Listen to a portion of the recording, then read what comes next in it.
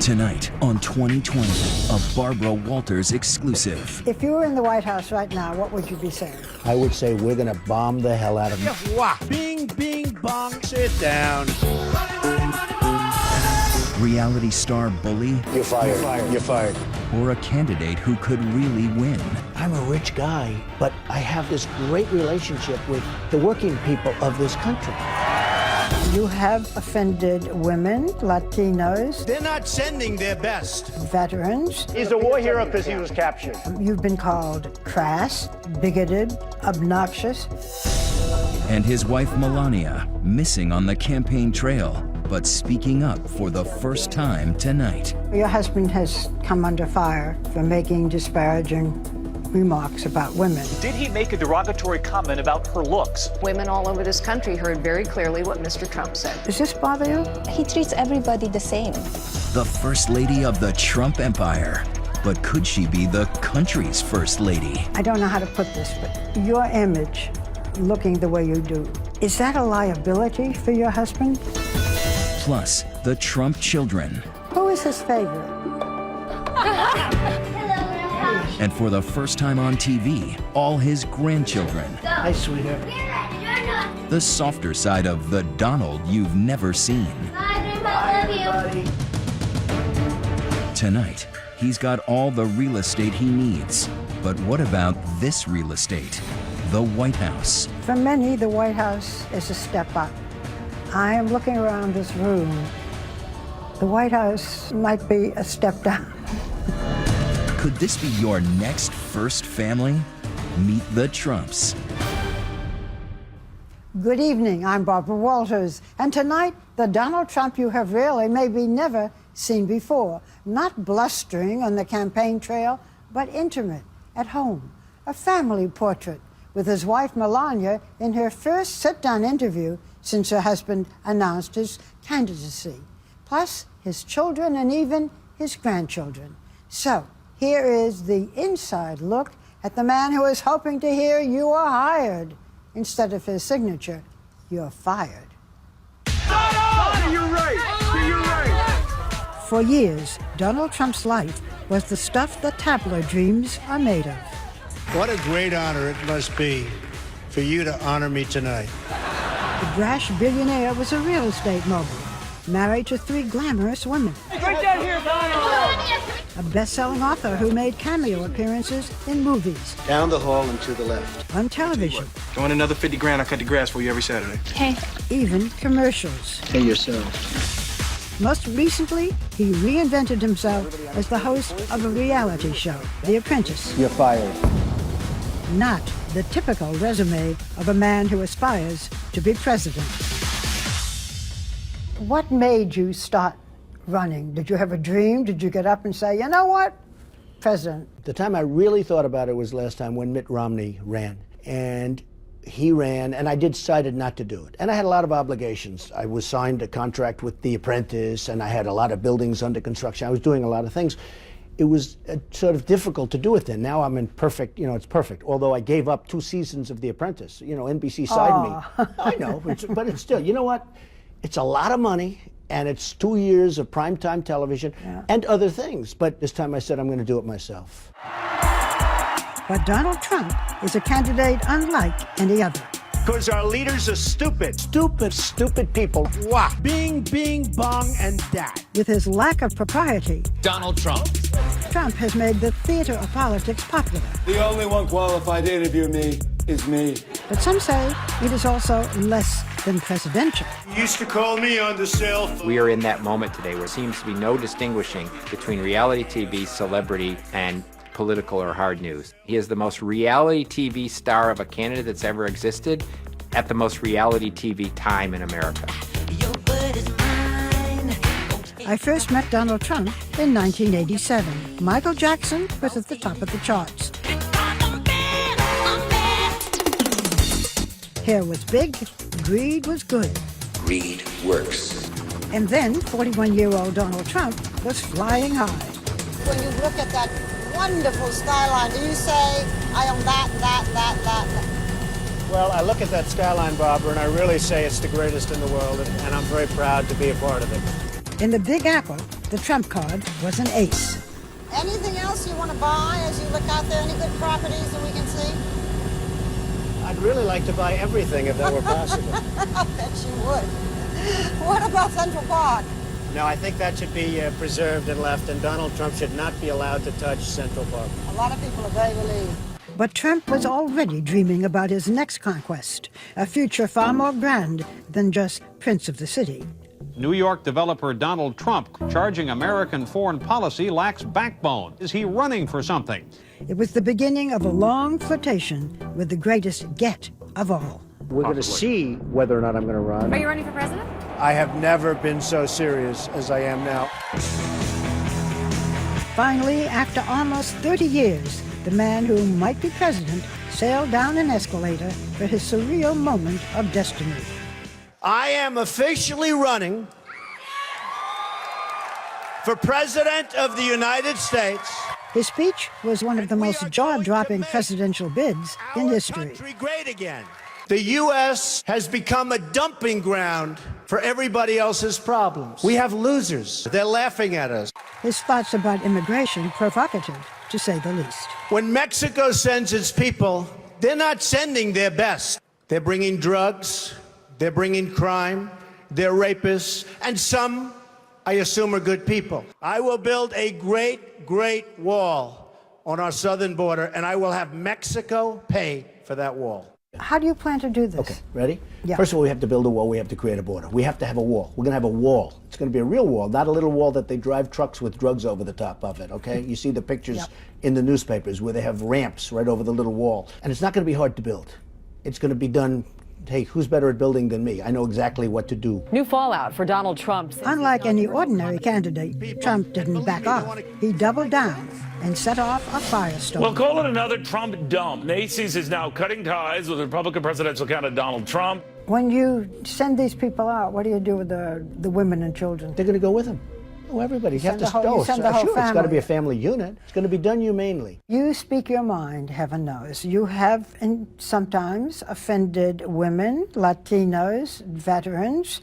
How can you unify the country when you make these divisive statements? Women respect me, they like me, and they know I'm going to take care of them. I'm going to protect them. The people that are here legally, Hispanics, like me because they don't want people coming in and taking their jobs. Do you speak any Spanish? No. This is an English-speaking country, remember? They want to. From the beginning, What the hell are we getting involved for? Come on. his folks, inflammatory comments have drawn criticism from every quarter. Let's go, baby. Trump's running for president.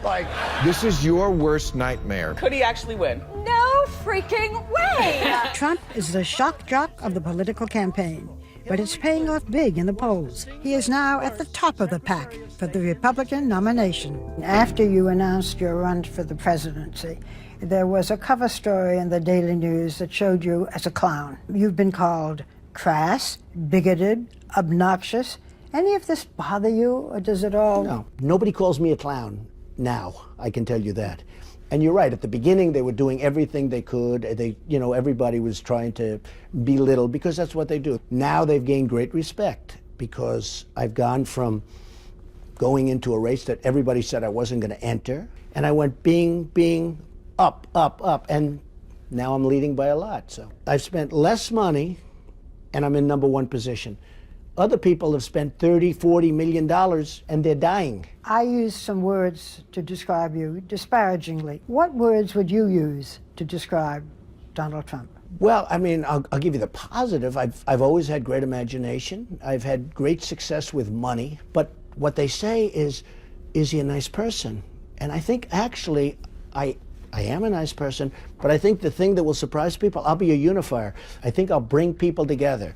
And that includes blacks and whites and everything. I think people will come together. But the man who calls himself a unifier has had a divisive history on the campaign trail. 1 second. No. I The didn't simple want fact to. is, Donald, you cannot take more energy tonight. I like that. I never attacked him on his look, and believe me, there's plenty of subject matter right there. You have said that one of the most important aspects in your personality is winning. Why winning? What about it's not whether you win or lose, it's how you play the game? I like winning better. Look, we have to win. Okay. Our country has to win. Our country's been losing for so long, it can't go on like this. We're not going to have a country left. I kid when I say you're going to win so much if I win the election. You're going to win so much at trade, military, every way. You're going to win so much, you're going to get sick and tired of winning. We lose every single way you can lose, we lose. And when Paris was attacked in a violent wave of terrorism, candidate Trump blasted back. If they had guns, it would have been a much, much different situation. If you were president, what would you do to protect Americans from such an attack? Would you bomb Syria? I would bomb wherever they are. Right now, we're being so politically correct. Nice and gentle, nice and gentle. We've got a cancer there, and the cancer is ISIS. Life means nothing to them. France has declared a war on ISIS. Should we declare war? I think so. Why not? Because right now, they're getting people who have this great respect for ISIS, because ISIS is getting away with murder. They're knocking out airplanes. They're knocking out nightclubs in Paris. You can't let that happen. You have said that you could reason with anyone from Putin to the Chinese leaders. If you had an opportunity to speak with a leader of ISIS, what would you say? You got to take them out, Barbara, and you got to take them out swiftly and strongly. As far as ISIS is concerned, that's a different thing. These people are crazy, okay? These people are crazy. You called President Obama, I'm quoting, insane for allowing Syrian refugees into this country. We have no idea, Barbara, who they are. If you were in the White House right now, what would you be saying? Oh, I would be saying, let's go, folks. And I would be getting other Let's countries. go, folks. Look, I am the most militaristic person. I will make our military so strong and so powerful, nobody's going to mess with us. Coming up, a glimpse at a campaign trail like no other. Does anybody want to take a ride? And in rare interviews, Donald Trump's very own First Lady, Melania. Is yours a marriage of equals? His children, and even his grandchildren. Next on Meet the Trumps.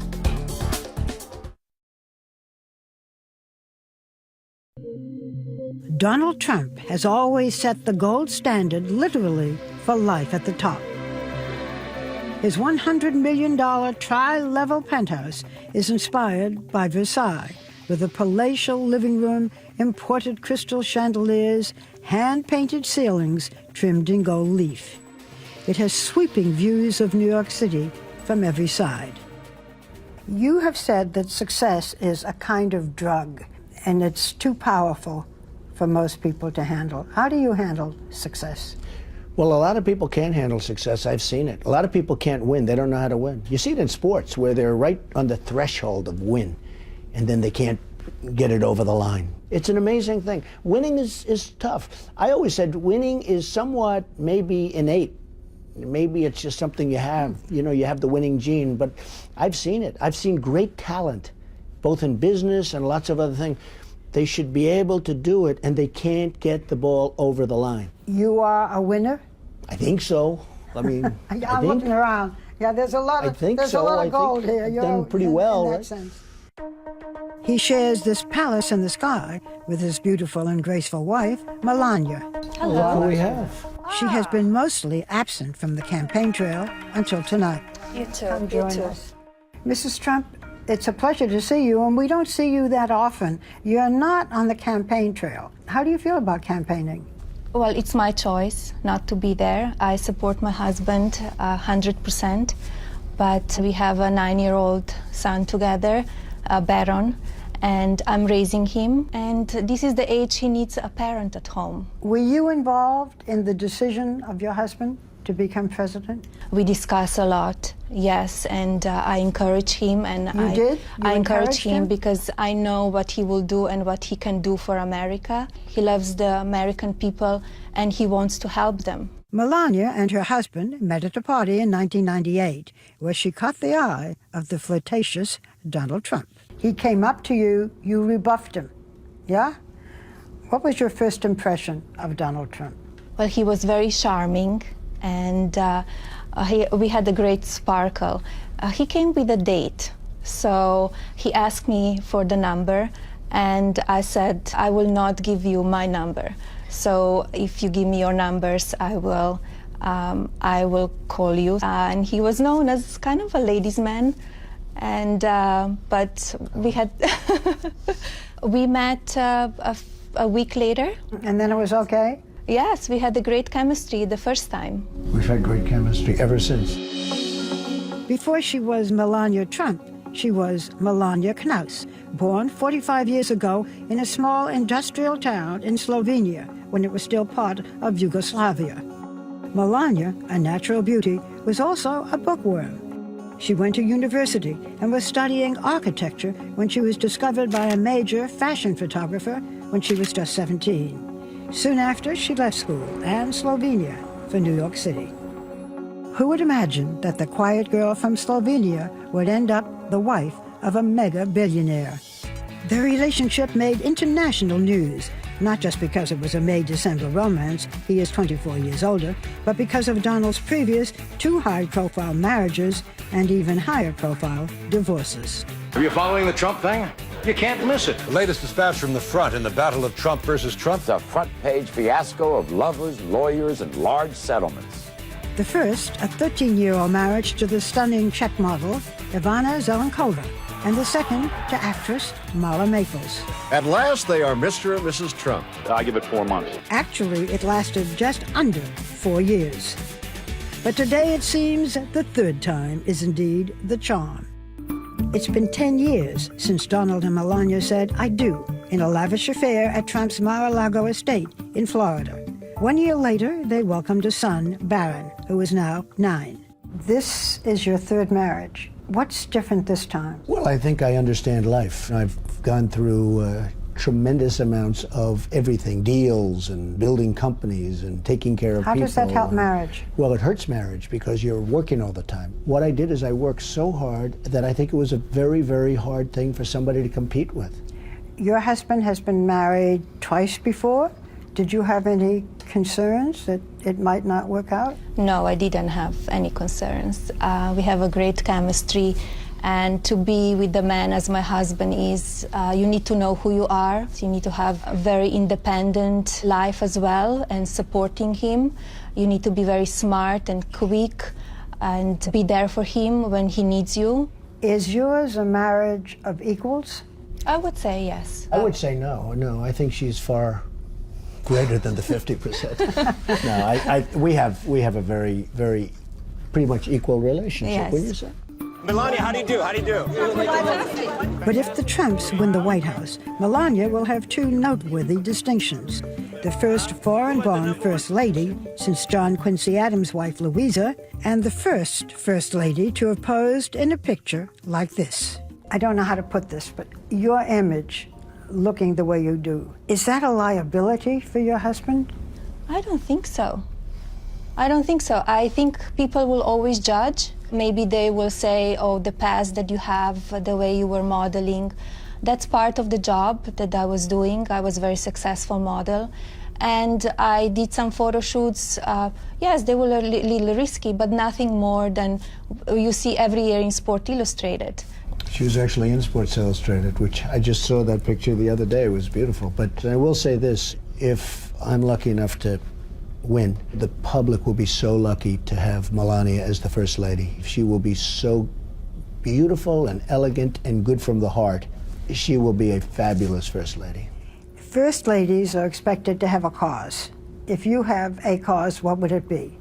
I'm very involved in charities now, many charities, involving children, involving many different diseases, and I will, if the time comes, I will choose what is dearest to my heart and work on that 100%. Do you give your husband any advice on the debates? We discuss, I tell him my opinions. Give me an example of a piece of advice that you've given your husband that he has taken.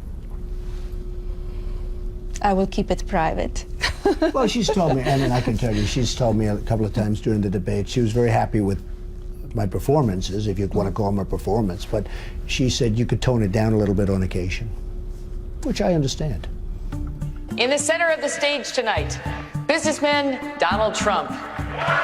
And speaking of tone, I wondered if Melania had ever taken her husband to task on his tone toward women on the campaign trail. Did he make a derogatory comment attacking Carly Fiorina? Insulting the way she He looks. said, look at that face. Would anyone vote for that? I think women all over this country heard very clearly what Mr. Trump said. You know your husband has come under fire here and there for making disparaging remarks about women. Does this bother you? It doesn't bother me. He treats everybody the same. He talked about men as well, not about the women only. Maybe they just go into a little bit more details when he says something about the women. While Melania laments the amount of time campaigning cost their marriage, the couple insists that at heart, they're homebodies. When he comes home, we spend time together, two of us or two of us and Baron.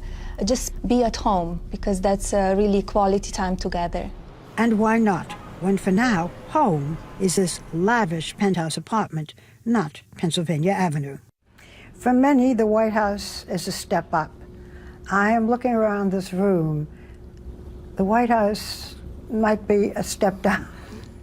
The White House is the White House. It's just a spectacular place. And, you know, it's something that represents something very special.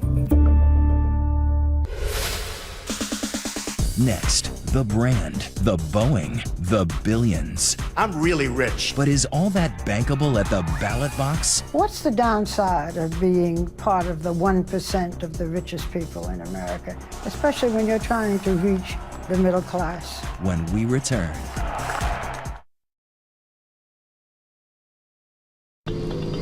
Donald Trump allowed us rare behind-the-scenes access to his life on the campaign trail. For Trump, membership in the Billionaires Club does have its privileges. He travels on what is known as Trump Force One, a Boeing 757 that seats dozens of passengers. It has bedrooms, a theater system, and gold-plated fixtures in the bathroom and on the seatbelts. Monogrammed on the headrests is the Trump family crest. For Donald Trump, this is the only way to fly. They've never had anybody that owned a Boeing 757 before. It's a little bit of an unusual thing. Donald Trump, unlike most other candidates, is rich enough to bankroll his own campaign. I'm really rich, I'll show you that. He flaunts his wealth candidly. $8,737,540,000. You might think all his billions would alienate working-class voters, but Trump says it's really a plus. We don't want your help. I'm the only one that's self-funding. I'm not selling myself to special interests. But he does use his $7 million helicopter as a political sideshow. Does anybody want to take a ride? It made quite a splash at the Iowa State Fair. What amazes you most? His golf courses, his resorts, him himself. In a way, Donald Trump was born ready. The fourth of Fred and Mary Trump's 5 children, he grew up in the construction business. His father, a real estate tycoon, built middle and low-income housing. He always knew how to get what he wanted. His brother Robert was no match for his schemes, as he told me in our first interview. Robert had a set of blocks, and I had a set of blocks, and I asked Robert if I could have his blocks, and I built a beautiful, tall block building, and then I said I like it so much that I glued it together, and then Robert couldn't have his block. So I don't know. Somehow that story is a story that a lot of people have asked me about. I don't know. What do you think it says?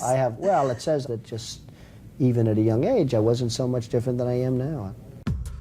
That relentless desire to win made his name a modern synonym for success. If flaunting it was the game, Trump was the name.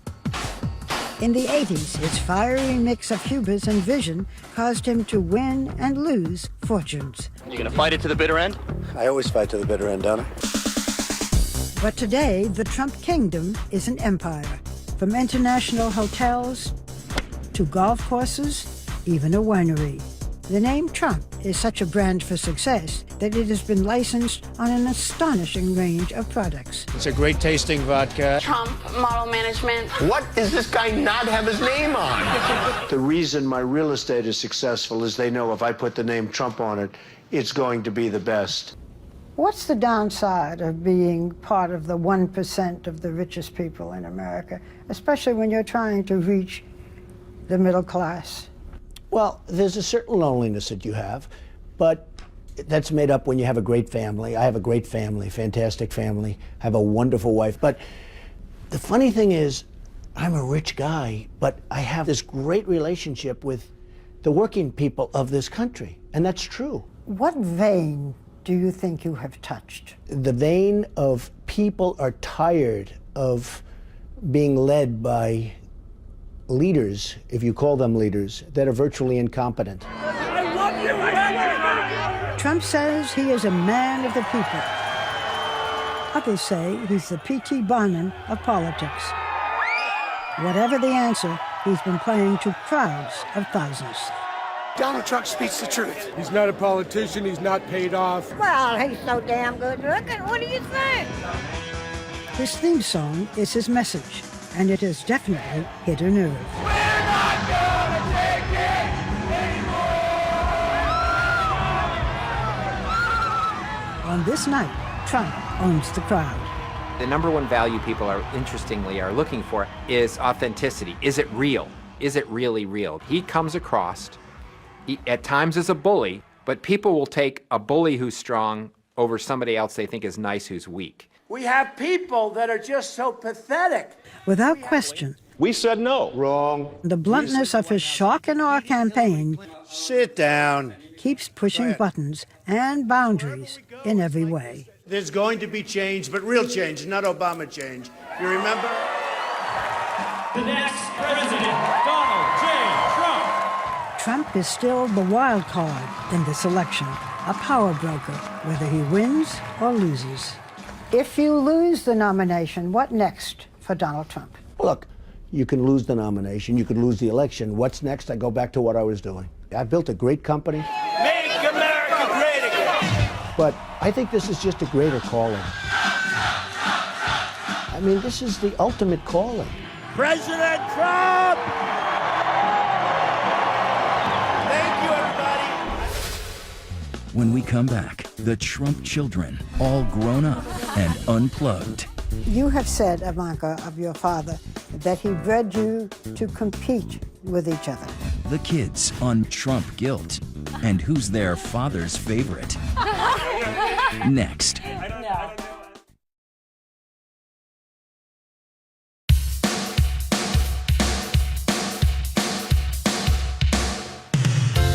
For every kid, there comes a point where your parents stop being cool. The things they say, It's gonna be you. the things they do. Only on the cell phone. I swear it's cool. But the Trump children swear they are the exception. Do any of you make fun of your father's hair? Well, I like not to because you never know what happens genetically. All I'm saying it's doing okay. It's funny because it's the only hair we've ever known, but people seem fascinated. This week, I sat down with Donald Trump's 4 oldest children. Donald Jr., 37, Ivanka, 34, Eric, 31, and Tiffany, 22.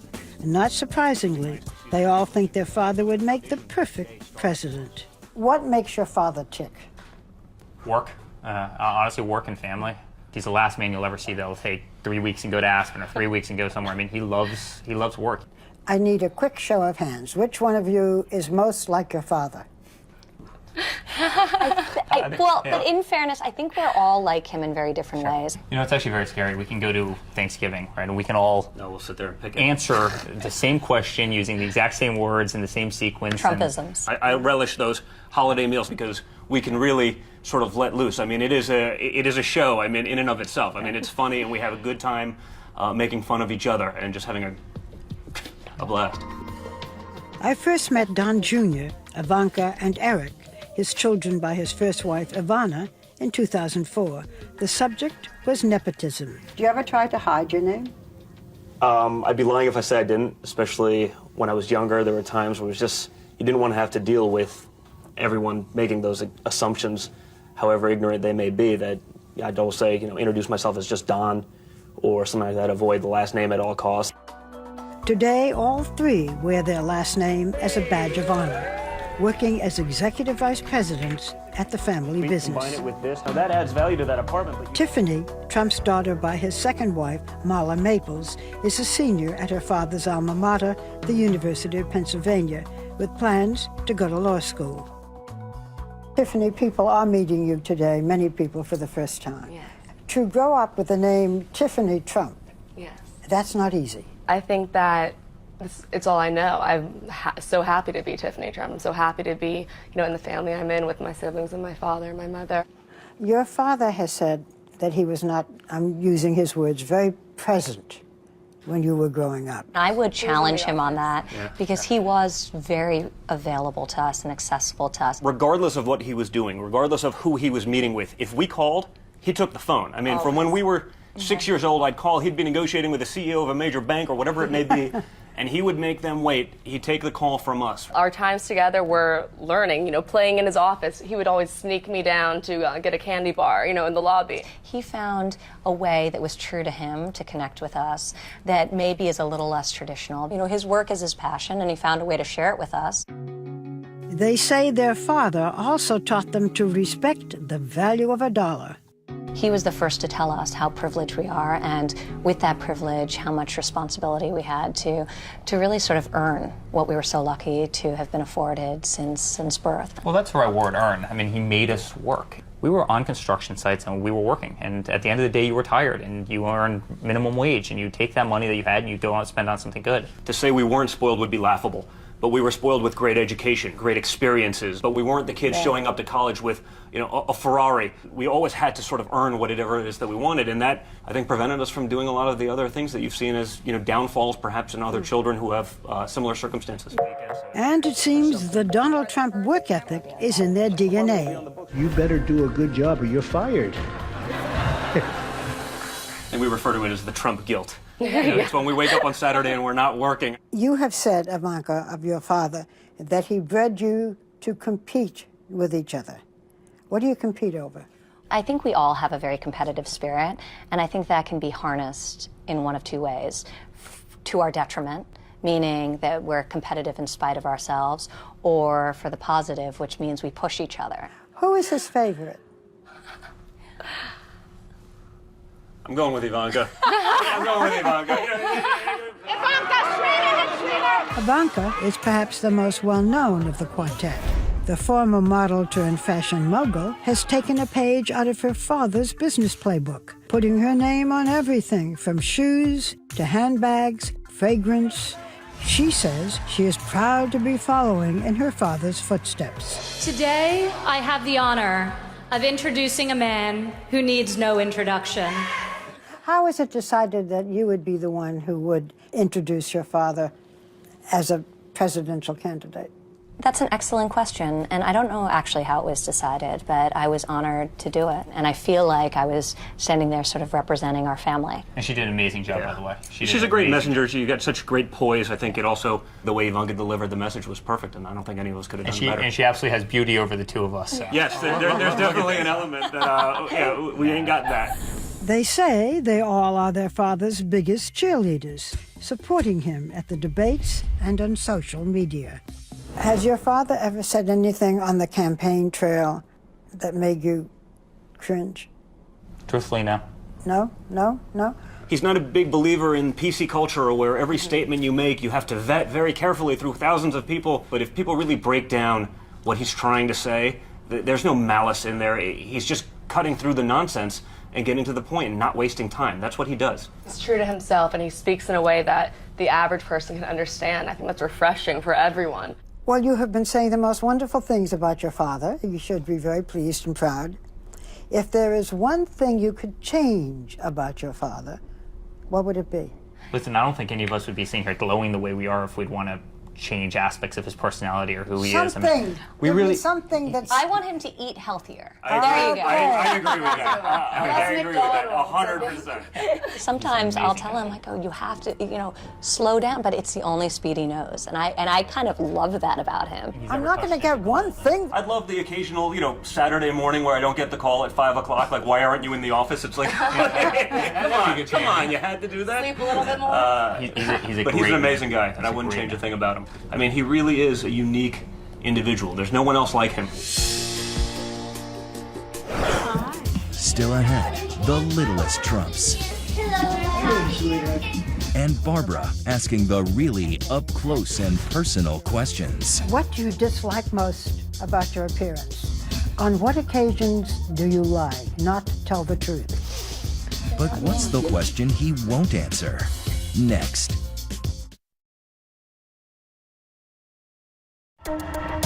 At the end of our interview, we turned from talking about Trump's candidacy to talking about the man. Who is he? What makes him tick? I asked him some questions often seen in Vanity Fair magazine. My fantasy when I was very young was to be a nightclub singer. Wow. Didn't happen. What was your fantasy when you were very young? To be a baseball player. I was a great baseball player. What position? First base, catcher, first base.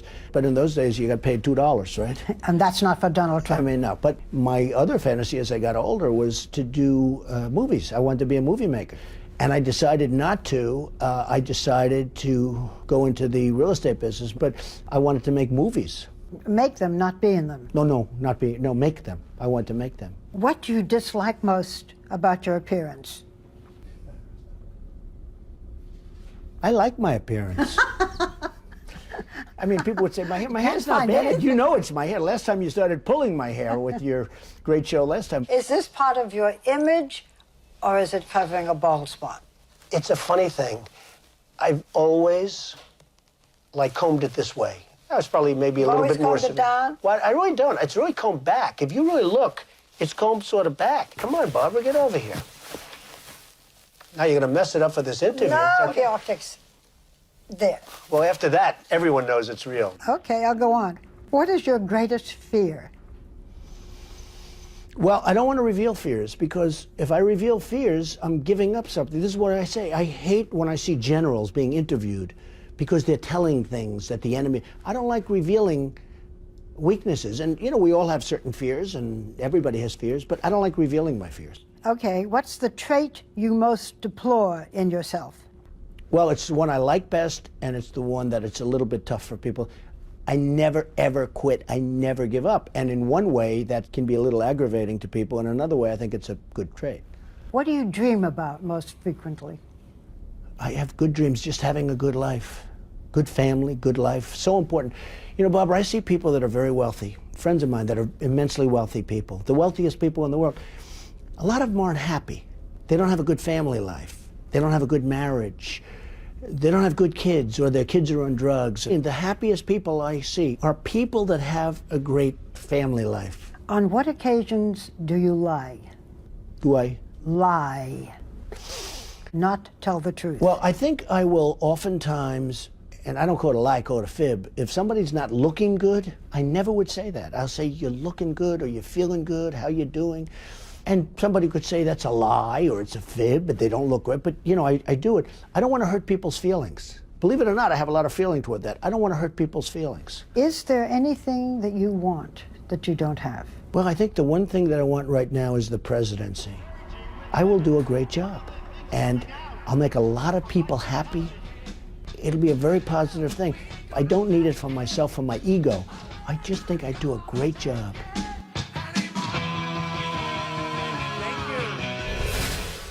You've met the children.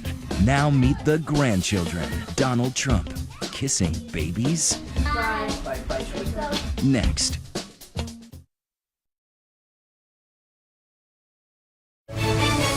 Once again, Barbara Walters with Meet the Trumps.